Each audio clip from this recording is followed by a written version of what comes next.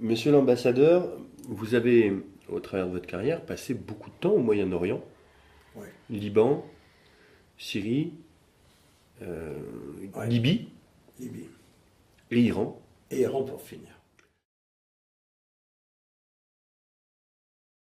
Depuis que j'ai été conscientisé, à 16 ans, comme collégien, enfin comme lycéen, en 1942, sous l'occupation, j'étais entré dans l'AS, dans l'armée secrète, jamais revendiqué mon titre de résistant. Quand je rencontre mon vieil ami Stéphane Hessel, je lui dis, après la mort de Raymond Aubrac, tu es devenu le premier grand résistant de France. Il me dit, non, non, non, nous sommes à égalité. Le petit vaguemestre de merde, comme tu dis, si on ne l'avait pas eu, comment les réseaux auraient-ils fonctionné? C'est les vaguemestres qui faisaient vivre la résistance. Alors on rigole comme ça, comme vous voyez, on rigole comme ces deux-là, comme Edgar Morin et Stéphane Hessel. Voilà. Donc à 16 ans, j'avais fait ce serment, qui était le serment des jeunes de l'AS, mourir debout, mourir avant 30 ans. Alors mourir avant 30 ans, ben, on a tous appris à l'oublier, mais mourir debout, ça demeure et c'est ma devise. Je suis professionnellement, pour faire court, un ancien méhariste, un vieux diplomate, vieux mais encore actif, un jeune chercheur, depuis 11 ans chercheur associé du CNRS. C'est un titre que je mets maintenant en avant, puisque je suis l'un des deux, des 2 ou 3 000 diplomates français vivants à l'être, et un associationniste convaincu et militant. J'ai coutume de dire que je suis porté par la baraka. C'est un mot que j'ai servi plusieurs fois au président François Mitterrand, qui tantôt souriait, tantôt s'énervait un peu en disant « Oh, mais qu'est-ce que vous avez à me parler de votre baraka? Qu'est-ce que c'est que votre baraka ?» Mais vous le savez très bien, Monsieur le Président de la République, ça veut dire la chance en arabe. En fait, ça ne veut pas dire la chance, ça veut dire la bénédiction divine. Baraka d'Allah, c'est la bénédiction de Dieu. Donc moi, j'ai quelque chose qui m'a porté dans toute ma vie professionnelle et qui ressemble à, on dira, une extraordinaire chance qui m'a fait frôler la mort plus de 10 fois. La mort m'est passée une fois à 2 centimètres, mais enfin bon, c'est probablement que c'est comme ça dans tous les destins. En tout cas, je suis toujours là. Et je parle encore. Monsieur l'ambassadeur, j'aimerais qu'on en vienne à parler de l'actualité. Elle est riche. On parle de la Syrie, les tensions américaines autour de l'Iran, le jeu d'Israël qui se retrouve un peu déstabilisé avec tout ce qui se passe autour. Quelle analyse vous faites de cette actualité là au Moyen-Orient? Et en question subsidiaire, est-ce qu'on peut toujours parler, ou est-ce qu'on peut encore parler d'un impérialisme occidental ou pas? Ah, voilà une question qui me plaît. Elle est accrocheuse. Procédons par ordre. Une banalité d'abord.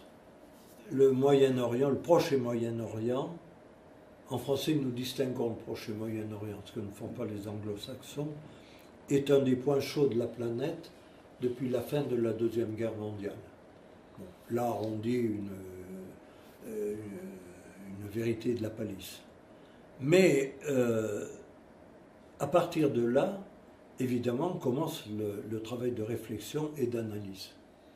Donc le chercheur que je suis, ancien diplomate, vieux routier du monde arabo-musulman, 31 ans de vécu dans le monde arabo-musulman, je suis record au Quai d'Orsay, le suivant au moins de 20 ans,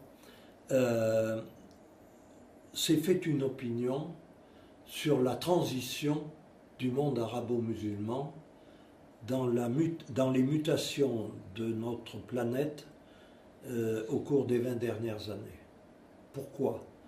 Parce qu'on nous a vendu la fin de la guerre froide. Ça n'existe pas. La guerre froide continue. Elle se perpétue. On nous parle d'une troisième guerre mondiale rampante, tantôt économique, tantôt... Bon. Ce que j'en dis, moi, et qui n'engage que moi, bien sûr, c'est que la guerre froide était l'affrontement frontal, bipolaire, de deux puissances politico-militaires. L'univers communiste, mené par l'URSS, post-stalinien, mais qui s'est implosé sans faire un mort. Ça a été une guerre zéro mort. Et oui, et oui. Pour tuer le pangermanisme, par exemple, un autre isme de la fin du XIXe siècle, il y en avait trois. Le marxisme, le pangermanisme et le sionisme. Pour tuer le pangermanisme, on apprend en histoire qu'il a fallu 20 millions de morts dans l'humanité en deux guerres mondiales. Bon, le monde dit marxiste-communiste a défunté par implosion de l'Empire soviétique, et à travers la perestroïka, par la réapparition à son vrai jour, sous son vrai jour, de la Russie, je ne dis pas éternelle, mais la Russie sempiternelle, et puis laissant derrière les républiques soviétiques d'Asie centrale, qui n'ont, excusez-moi, rien à voir de l'autre côté de l'Oural avec ce qui se passe en Europe. Bon, alors à partir de là, mon analyse, c'est que la guerre froide se continue sous d'autres aspects, sous d'autres couleurs que celles que l'on nous dit. Et pourquoi ne nous le dit-on pas? Voilà la vraie question. Eh bien, les couleurs, c'est que la guerre est idéologique. Et qu'il y a fondamentalement, dans le monde d'aujourd'hui, et je ne perds pas de vue la question sur le Proche et le Moyen-Orient, hein, croyez-moi, parce qu'elle est centrale. Il y a deux façons de concevoir, je crois, l'avenir de la planète.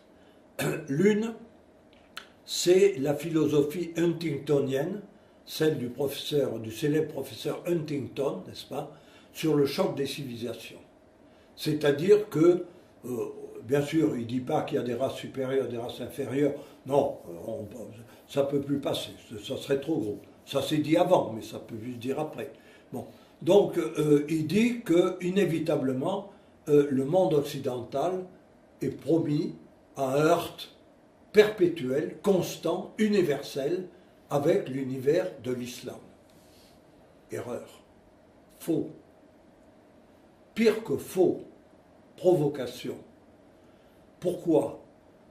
Vous avez dans le monde, on ne le dit pas assez, 1,5 milliard de chrétiens,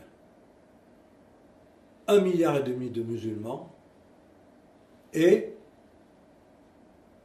17 000 juifs, dont 7 000 vivent en Israël et 10 000 en diaspora. Et malheureusement, le sionisme, le troisième des ismes, des philosophies du XIXe siècle, non seulement n'a pas disparu, mais mène le haut du pavé. Donc, pour moi, les gouvernements, les politiques des gouvernements, d'accord, ça existe. Je ne suis pas négationniste, absolument pas. Moi, j'affronte les réalités, je les prends à ma mesure et j'essaye dans ma petite tête de cartésien, ma tête de bois, hein, d'ordonner en ligne les idées. Moi, je vois un monde où s'affrontent, si vous voulez, le libéralisme, une philosophie économique qui prend le primat sur le politique. Et je suis fondamentalement, de tout ce que j'ai vécu, de tout ce à quoi j'ai réfléchi, étant plus philosophe d'ailleurs qu'administrateur de la France d'outre-mer, diplomate français ou ce qu'on voudra, moi je vois que dans le monde d'aujourd'hui, hein, ce qui compte, c'est pas ce qu'on nous dit, c'est ce qu'on nous dit pas. Et ce qu'on ne nous dit pas, c'est que le primat de l'économie sur le politique, c'est une fadaise américaine qui a abusé l'Europe et qui abuse le monde occidental. Voilà. Alors, vous me direz, mais en face, c'est quoi? Qu'est-ce que vous mettez en face de ce que vous brocardez, n'est-ce pas, la pensée huntingtonienne, et j'en discute avec Marie-France Garot, qui ne peut plus se passer de moi, elle a besoin de mon témoignage à tout moment pour comprendre comment se passent les choses. Bon, moi, j'ai rien à faire avec le souverainisme. Moi, je suis un homme libre qui essaye de réfléchir et d'analyser. Je suis devenu un chercheur scientifique de sciences humaines. Bon, et je partage ma vie, d'ailleurs, avec les sciences humaines. Depuis 56 ans, si vous voulez savoir. Donc, moi, ce que je dis, c'est qu'en face du monde capitaliste, oppresseur, impérialiste, il y a un monde inorganique, où les forces sont à l'œuvre. On ne peut pas dire qui gagnera. La Russie, sait-on jamais. On en a vu qui avaient coulé et qui sont remontés. L'histoire est jalonnée de tellement d'imprévus et d'imprévisibles. Les pays émergents, c'est intéressant. C'est intéressant. Parce que si vous regardez tant soit peu la démographie, pas l'économie, la démographie, c'est pas parce qu'il y a 1,5 milliard de Chinois. Mais ce qu'il faut voir, c'est la projection à 20 ans et à 30 ans. Si vous fréquentez les démographes, ce qui est mon cas dans les sciences humaines à MMSH, hein, eh bien, je vois les courbes. Et je sais que le monde chinois va vers la réduction à 1,2 milliard ou à 1 milliard, que le monde indien va encore monter, etc., etc. Quand Khomeini, quelques jours avant sa fin, a décrété que les femmes désormais pourraient pratiquer la contraception, ça a été une révolution intellectuelle extraordinaire dans un pays qui a 10 000 ans d'histoire intellectuelle, le monde persan, qu'on ne reconnaît pas à sa juste valeur, parce que moi je préfère à tout prendre la Perse éternelle à la Chine, dont on nous dit qu'elle est éternelle, mais je connais le début, je ne connais pas la fin. Hein. Quant à l'Égypte des pharaons, on a vu ce qu'il en a été. Bon.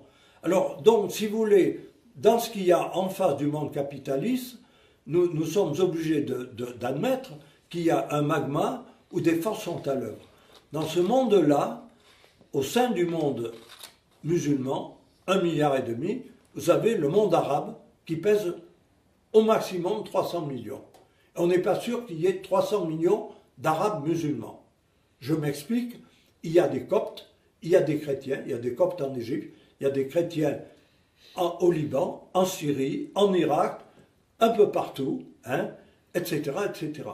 Donc mettons qu'il y ait en gros, 300 millions d'Arabes et 1,5 milliard de musulmans.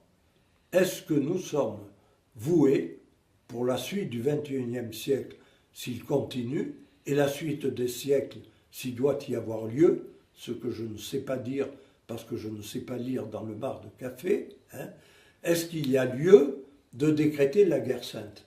Moi je dis non, absolument pas. Absolument pas. De toute ma vie, j'ai cherché l'écoute, j'ai cherché à entendre l'autre, j'ai cherché à apprendre même des Bédouins, qui ne vivaient que dans leur univers de Bédouins, qui voyaient pas plus loin que le bout de la tribu, du territoire de la tribu. Les guerres mondiales, ils apprenaient, ils disaient, ah, les Blancs se font des guerres. Alors, ils disaient, il y a les guerres des Blancs qui se font, mais c'est pas leur truc. Bon, bref, moi j'ai une autre approche que ceux qui parlent à la radio, à la télévision, ou les politiciens qui sont des simplificateurs nés parce qu'ils ne peuvent être élus que sur des simplifications, des complicités sociales et aussi bien économiques, j'en conviens, mais d'abord sociales, avant économiques. Il y a des échelles de valeurs. Pour moi, le social passe avant l'économie et l'humanisme, finalement, est peut-être la clé qui résout les contradictions entre ces valeurs. Voilà. Alors, face au monde oppressif, encore une fois, impérialiste et agresseur d'un Occident capitaliste, nous avons un monde décousu qui est en voie de se faire, où le peuple arabe est remué dans son sein. Vous voyez que je n'ai pas perdu le fil et que j'en viens au Proche et au Moyen-Orient. est secoué par les printemps arabes. Qu'est-ce que les printemps arabes? C'est l'immense déception qui est née d'une promesse indue qu'a faite la déclaration de Barcelone, un des actes politiques les plus courageux depuis la fin de la Deuxième Guerre mondiale, qui proclamait l'égalité entre tous en Méditerranée, la mobilité, la sécurité, l'échange, la coopération interculturelle. Et, cerise sur le gâteau, en 2010, le marché commun euro-méditerranéen. 15 ans après, 17 ans après, on voit le désastre. Hein? Déclaration de Barcelone, processus euro-méditerranéen, politique de proximité, politique de voisinage, UPM, autant de foirades. Je suis né marocain, berbère ou arabe, voire juif. Je suis né algérien, je suis né tout ce que vous voudrez sur la rive sud. J'attends quoi? J'ai 20 ans, j'ai 25 ans, j'attends quoi du monde? Moi, je serais plus violent qu'eux. Moi, j'aurais pris Bon, mais je ne veux pas dire. Bon. On ne parle pas de révolution arabe. Il y a une révolte arabe. La première révolte arabe, c'est celle qu'a conduite Laurence d'Arabie en promettant le paradis aux Hachémites. Mais entre-temps, son confrère en barbouzerie britannique, hein, qui s'appelle Balfour, a promis la même terre aux Juifs. Et ils ont, pour les siècles des siècles, empoisonné l'histoire de l'humanité. De Gaulle a dit dans des écrits, parce qu'il y a des écrits non publiés de Gaulle, vous avez une phrase où il dit « Peut-être l'humanité cessera-t-elle de voir le jour par la faute des Juifs qui ne cesseront pas d'empoisonner l'histoire du monde. » Voilà. Donc moi je tiens l'antisionisme pour un poison né au XIXe siècle et qui perdure et qui ne va pas crever demain. Mais je n'ai aucune capacité d'ailleurs de le faire crever, pas plus que quiconque. Simplement, moi, j'ai pris mon camp, je mène ma lutte, on en pense ce qu'on voudra, mais la révolte des Arabes, la deuxième révolte, est née de l'incapacité de l'Europe d'être l'Europe. Elle n'est pas une puissance, elle a déçu l'attente de millions et de centaines de millions d'hommes, notamment arabes et musulmans, que je connais, qui sont mes frères, oui. Et je dois dire que c'est pas en dénonçant l'islamisme violent, etc., est-ce que le Coran le permet, etc. Non, la question n'est pas là, excusez-moi. Quand vous avez un oppresseur qui vous promet monts et merveilles, qui vous farcit le mou avec ses déclarations de Barcelone, qui vous appâte avec ses processus d'investissement dans la rive Méditerranée. Vous avez à Marseille, vous êtes de Marseille, Reifers, Observatoire économique de la Méditerranée. Reifers prouve dans un bulletin annuel que d'année en année, le fossé n'a jamais cessé de se creuser depuis 17 ans entre la rive nord et la rive sud au niveau du PIB national et individuel. Quel intérêt, monsieur l'ambassadeur, quel intérêt pour l'Occident à bloquer ce développement économique? Quel intérêt à faire échouer cette coopération? Alors, c'est une bonne question. Là, c'est Anima qui me fournit une réponse. Anima est un organe de la Commission européenne qui a été fondé il y a 11 ans maintenant à Marseille. Anima InvestMed, il s'appelle. C'est une officine pour l'investissement méditerranéen. Les analystes économistes vous font la démonstration suivante. Depuis 10 ans, 15 ans, 20 ans, les flux d'investissement dans le monde arrosent les 5 continents, mais inégalement. Il n'y a pas un continent qui est toujours gagné ou un continent qui est toujours perdu. Ça monte, ça descend. Ça se comprend. Mais il y a un point faible dans la carte mondiale des investissements, des flux d'investissement dans le monde, c'est la Méditerranée. Et le repoussoir, c'est la guerre israélo-arabe. Il n'y a pas d'autre explication. Si j'en trouvais une, vous me la direz, parce que moi, depuis 12 ans, je cherche et je ne l'ai pas trouvée. Voilà. Les investisseurs ne veulent pas aller là où il y a la guerre. Nous avons fondé les brigades internationales pour la paix sur un immense défi où l'ONU ne peut pas agir, où l'Europe n'a pas la volonté d'agir, et nous, comme associatifs, on ne se croit pas plus fort que les autres, mais on dit plutôt mourir debout. Eh bien, si c'est le sionisme qui est l'ennemi, on fera rencontrer des juifs anti-sionistes, parce qu'il y en a. Il n'y a pas que Stéphane Hessel et moi. Hein. Il y en a plein en Israël. Il y en a peut-être un tiers de la population juive et la totalité de la population arabe. Hein. Il faudra qu'ils reculent. S'ils ne reculent pas, aucun espoir.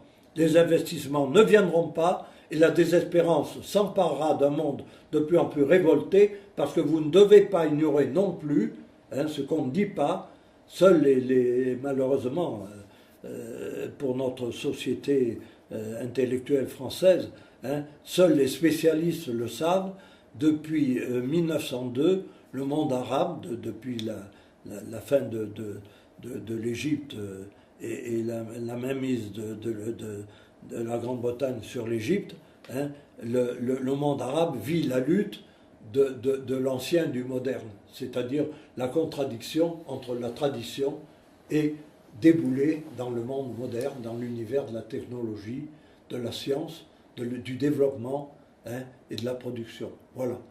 Le monde arabe est malade de cette maladie infantile. Et non seulement l'Europe ne l'a pas aidé avec toutes ces fariboles sur le processus euroméditerranéen, mais on leur a vendu de la peau de singe et maintenant ils sont révoltés. Ils sont révoltés. Et leur révolte, c'est la mienne. Monsieur l'ambassadeur, en Syrie, en ce moment, c'est la guerre depuis une vingtaine de mois. Et on peut retrouver une guerre beaucoup plus psychologique, économique, exercée sur l'Iran, hein, avec beaucoup de sanctions. Quel est le jeu qui se fait là autour de ces pays, avec le Liban au milieu, qu'on voit très déstabilisé? À quoi cette déstabilisation sert dans le contexte que vous nous décrivez? Alors, la déstabilisation est donc la conséquence de ce que je vous ai expliqué. On est d'accord sur ces prémices. Bon, à partir de là, ça sert à quoi? Ben, ça ne fait que révéler l'impuissance des puissances, à commencer par l'ONU. Un cessez-le-feu de 4 jours, dès le soir, le 20h vous apprend qu'il ne sera pas tenu 4 jours. Stéphane Hessel est imparable. Il est le seul être vivant au monde à avoir été co-rédacteur de la Déclaration des droits de l'homme des Nations Unies en 1947, à 95 ans. Vous savez qu'il a lancé le mouvement Indignez-vous. On n'est pas d'accord là-dessus. Dit Stéphane, tu es un ange. Tu marches à 7 lieues. Tes pieds sont à 7 lieues au-dessus du sol. Et parfois ta tête se perd dans les nuages. Hein? Tu es un ange. Moi, je suis un homme d'action, un homme de terrain, un homme de combat, un homme de lutte. Et je mourrai en luttant. Il me dit, mais calme-toi, etc., indignez-vous, c'est très bien. Je dis, non, tu aurais dû dire, révoltez-vous. Il n'y a que la révolte. Si vous ne prenez pas la révolte, indignez-vous, c'est bourgeois. Révoltez-vous, c'est révolutionnaire. Comprenne qui voudra. Les pauvres révoltés, ils ne sont pas jusqu'à la réussite. Je vous en prie. Comment on fait pour se révolter quand on est dans le contexte, je dirais, j'y mettrai des guillemets, démocratique, français je vais faire un apologue très court. Quand j'étais premier secrétaire à Beyrouth, notre deuxième séjour libanais, 1 an d'année sabbatique pour apprendre l'arabe, 4 ans de premier secrétaire et ambassadeur de 85 à 87, quand aucun autre diplomate français n'a accepté de relever le défi après l'assassinat de Delamare. Bon, je veux vous dire, nous habitions comme premier secrétaire à Avenue Clémenceau, là où était l'ambassade de France à l'époque. Et il s'est trouvé que l'un de nos enfants était scolarisé au collège protestant de Beyrouth. Le collège protestant de Beyrouth, une ancienne institution extrêmement respectée et recherchée, et nous avions réussi à mettre l'un de nos enfants là-dedans.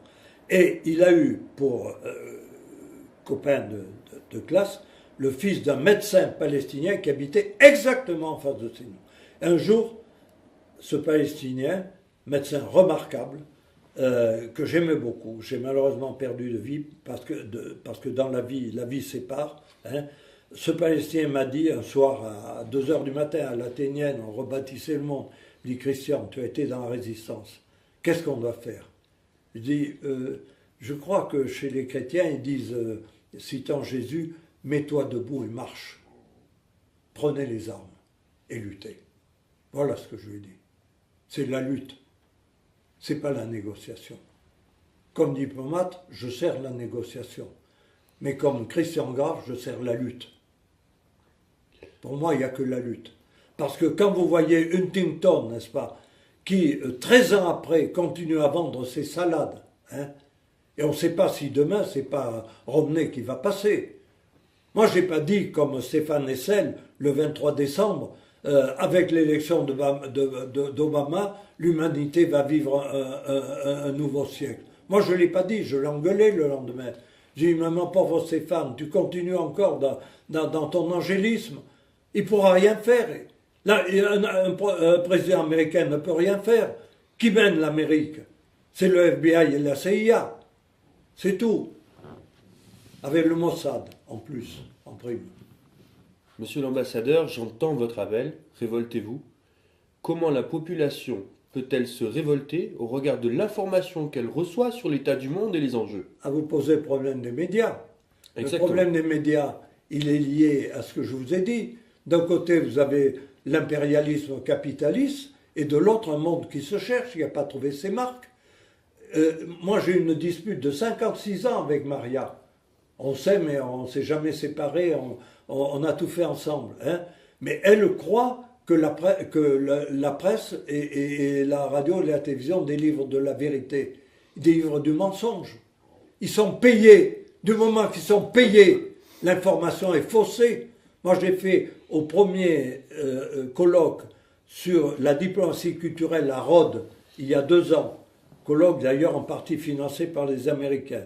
C'était l'Université libre de Berlin. Parce qu'il faut savoir, l'Université libre de Berlin, c'est un campus américain en Europe. Bon, j'ai fait mon dégagement sur information et communication.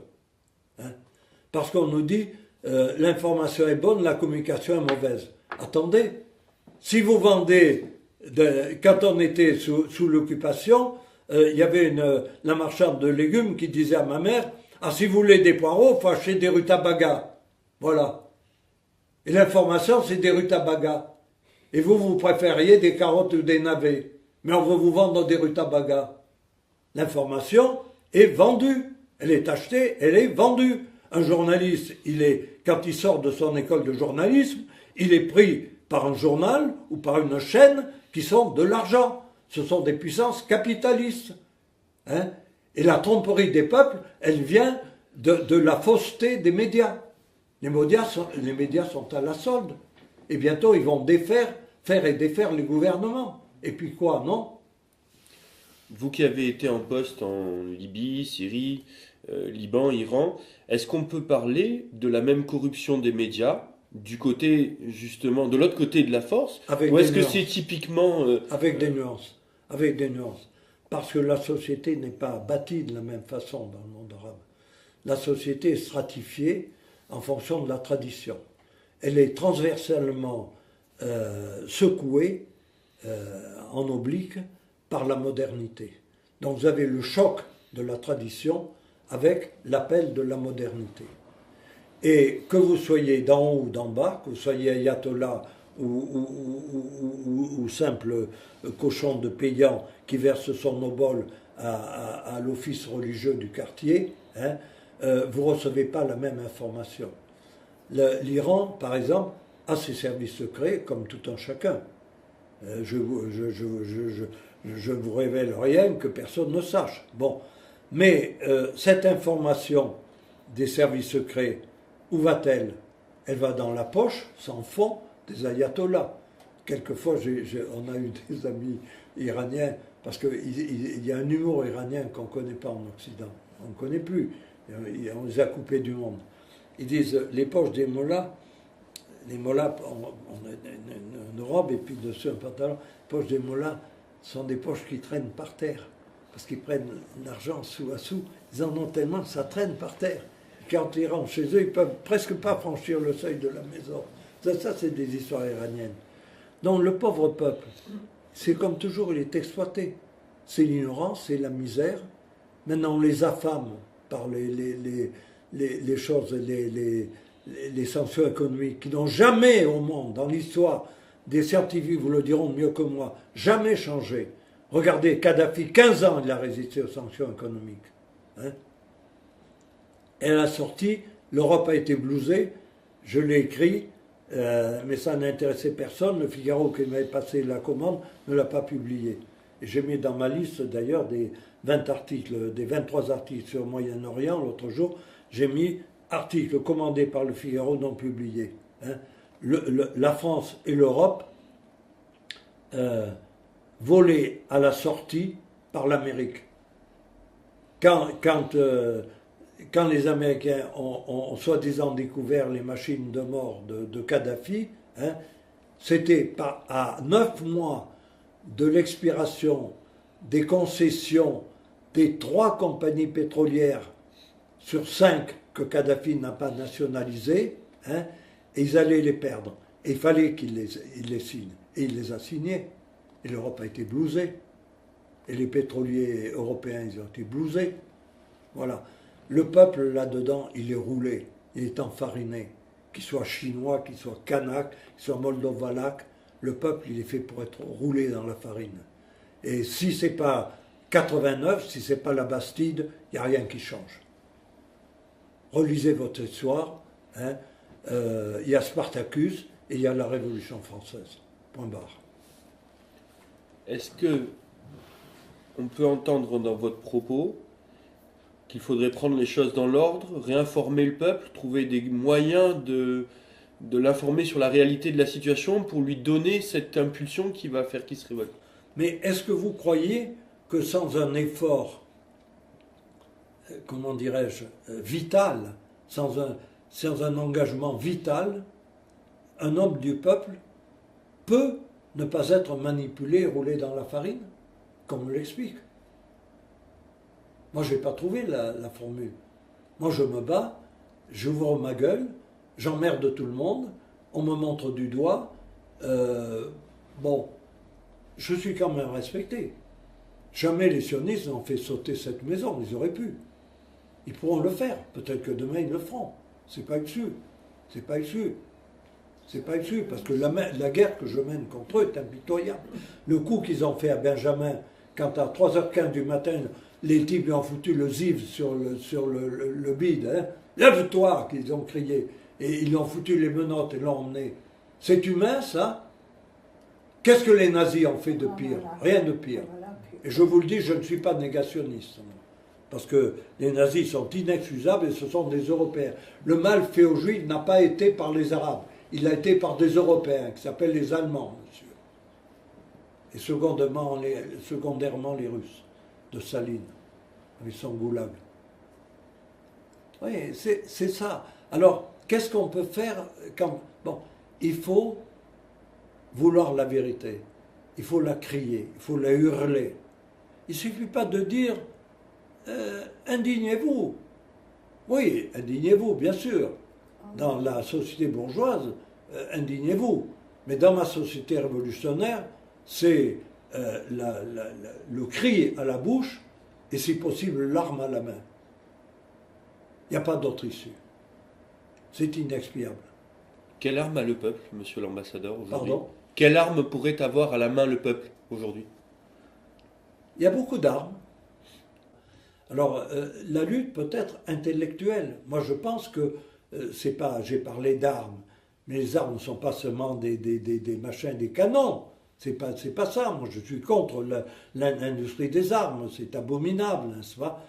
Comment les puissants d'Occident qui font le prêchi-prêcha de la paix depuis des décennies, hein, empoisonnent la terre entière avec leurs armes de mort. Vous pouvez me l'expliquer, ça? Ils font crever la planète en plus parce qu'avec leur saloperie d'industrie, ils dérèglent le climat. Il faut aller aux sources du mal. Le mal fait à l'humanité par l'univers capitaliste incarné par les États-Unis d'Amérique et suivi comme un mouton par l'Europe sans volonté, sans âme, hein, est-ce qu'il y a une Europe des peuples? Vous l'avez trouvé, vous? J'allais vous poser la question. Même ces technocrates de merde, ils sont même pas foutus de nous foutre le faux semblant d'une Europe sociale. Ils la récusent. Non. Mais je ne suis pas pour la désespérance. Moi, je suis porteur d'espoir. Je suis, d'ailleurs, je vais faire une conférence à Gardanne où je suis invité, vous savez que c'est communiste. Bon, moi, je ne suis pas communiste, je ne suis pas plus communiste que socialiste, que souverainiste, que rien du tout. Mais je parle à tout le monde. Je parle surtout avec des jeunes pour des jeunes. Hein. Les jeunes m'aiment bien. Ils n'ont jamais voulu qu'on retire Brigade Internationale.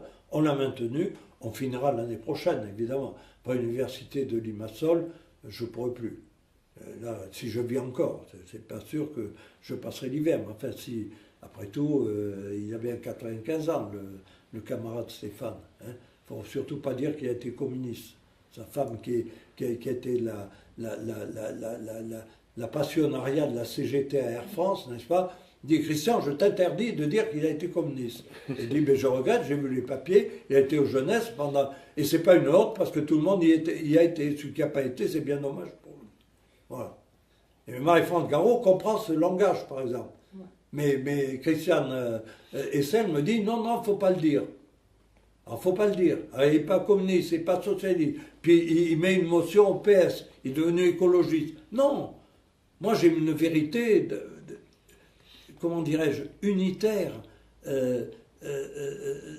droite comme peut l'être une barre de fer, n'est-ce pas?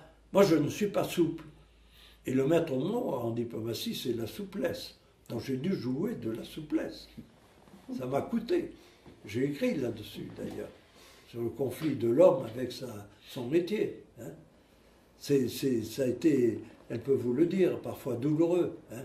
Et puis, il y a d'autres vilainies qu'on ne peut pas dire. On vous envoie au charbon. Bon, les autres rigolent, ils disent, tiens, c'est grave qu'il va y aller. Oui. Et Mitterrand qui dit, ah, vous m'avez jamais dit non. Bon, ben je vous dis oui. Puis je rigole un coup, puis je continue. Et puis Chirac, il me dit, mais vous allez recommencer. Ben, je recommence, pourquoi pas? Je m'en fous. Moi, j'ai rien à perdre, j'ai 3 enfants. Bon, je n'ai que ma retraite, j'ai rien d'autre.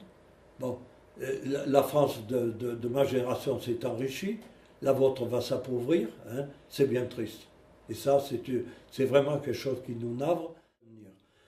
Que les jeunes s'affranchissent, et je leur fais confiance, de ce carcan qu'ils auront hérité de leurs aînés, la droite et la gauche française, les républicains et les démocrates. Zéro. Zéro. Je sais bien que Internet est binaire, que le monde binaire est dans le monde de la spiritualité, de l'esprit, de l'intelligence, une approche des plus pertinentes dans l'univers d'aujourd'hui, l'univers du XXIe siècle. Mais essayons d'en sortir. En tout cas, essayons de réfléchir pourquoi le binaire serait infranchissable. Moi, j'ai soutenu la théorie du troisième homme. Et la troisième voie était celle de Kadhafi. Ce qu'il proposait, c'était ni communisme, ni capitalisme. La troisième voie, la République à l'athénienne, le pouvoir du peuple. Bon, il a dégénéré, comme l'on sait, mais ce qui nous a interpellés, qui nous a intéressés, c'est cette idée d'une république à l'athénienne où le peuple reprendrait la parole. Bon, qu'il est foiré, à voir, parce qu'on ne vous dit pas tout. Et là, Maria peut en dire long, plus que moi, parce que j'ai débrayé et je ne veux plus me débattre avec la Libye, c'est devenu, ça me complique trop la tâche.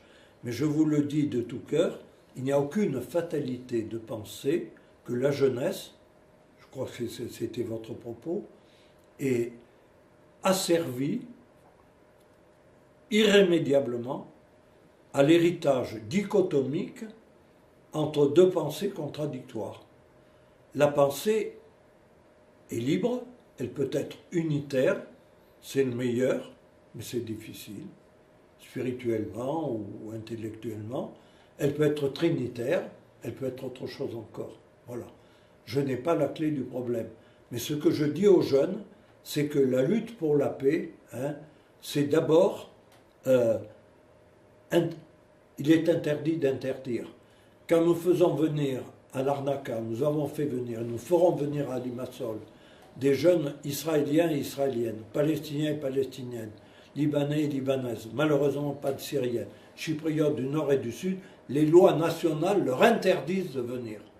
Il est interdit, j'ai lu en arabe, le texte à Beyrouth et à Damas, c'est le même. Il existe la même loi en Israël. Il est interdit à la jeunesse de fraterniser avec l'ennemi. Il est interdit de serrer la main. Je ne vous dis pas de coucher ensemble. Hein. Nous, à 18h, on dit papier et mamie s'en vont, vous faites ce que vous voulez de la nuit. Et ils ont été heureux comme jamais et ils tambourinent sur Facebook, etc. Quand est-ce que tu nous recommences le topo? Voilà. Donc moi, je crois en la jeunesse. Maria croit en ces jeunes parce qu'ils nous ont aidés à vivre et à survivre. Hein. Bien sûr, on est ringard à bien des égards, on le sait, on est lucide, mais au moins notre parole, par et pour la jeunesse, a du sens.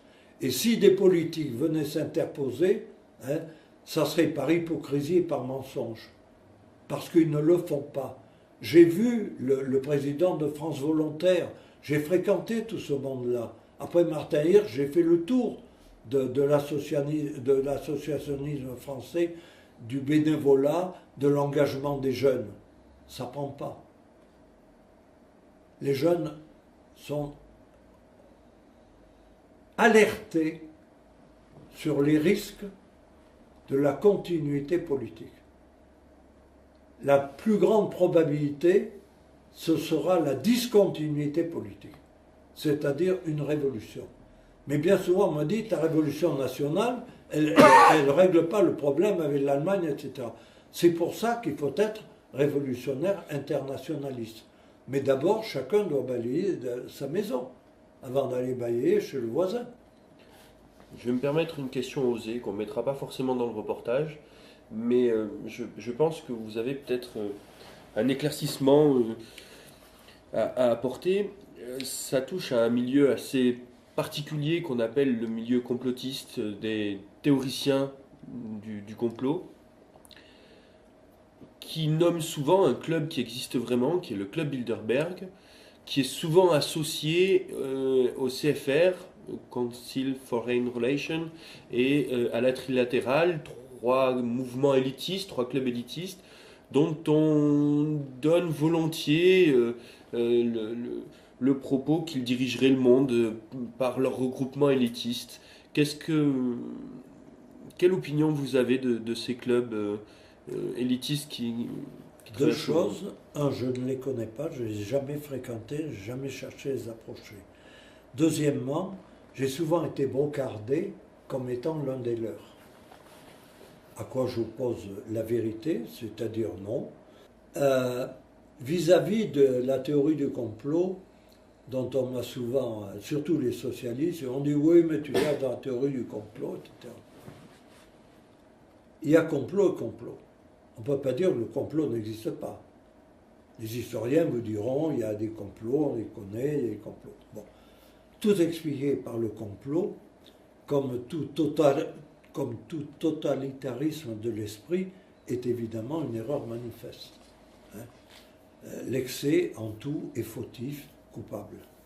Donc, dire que le complot est partout, c'est pas possible, c'est même très dangereux et c'est tout à fait nocif. Donc moi, je mets en garde contre la théorie du complot.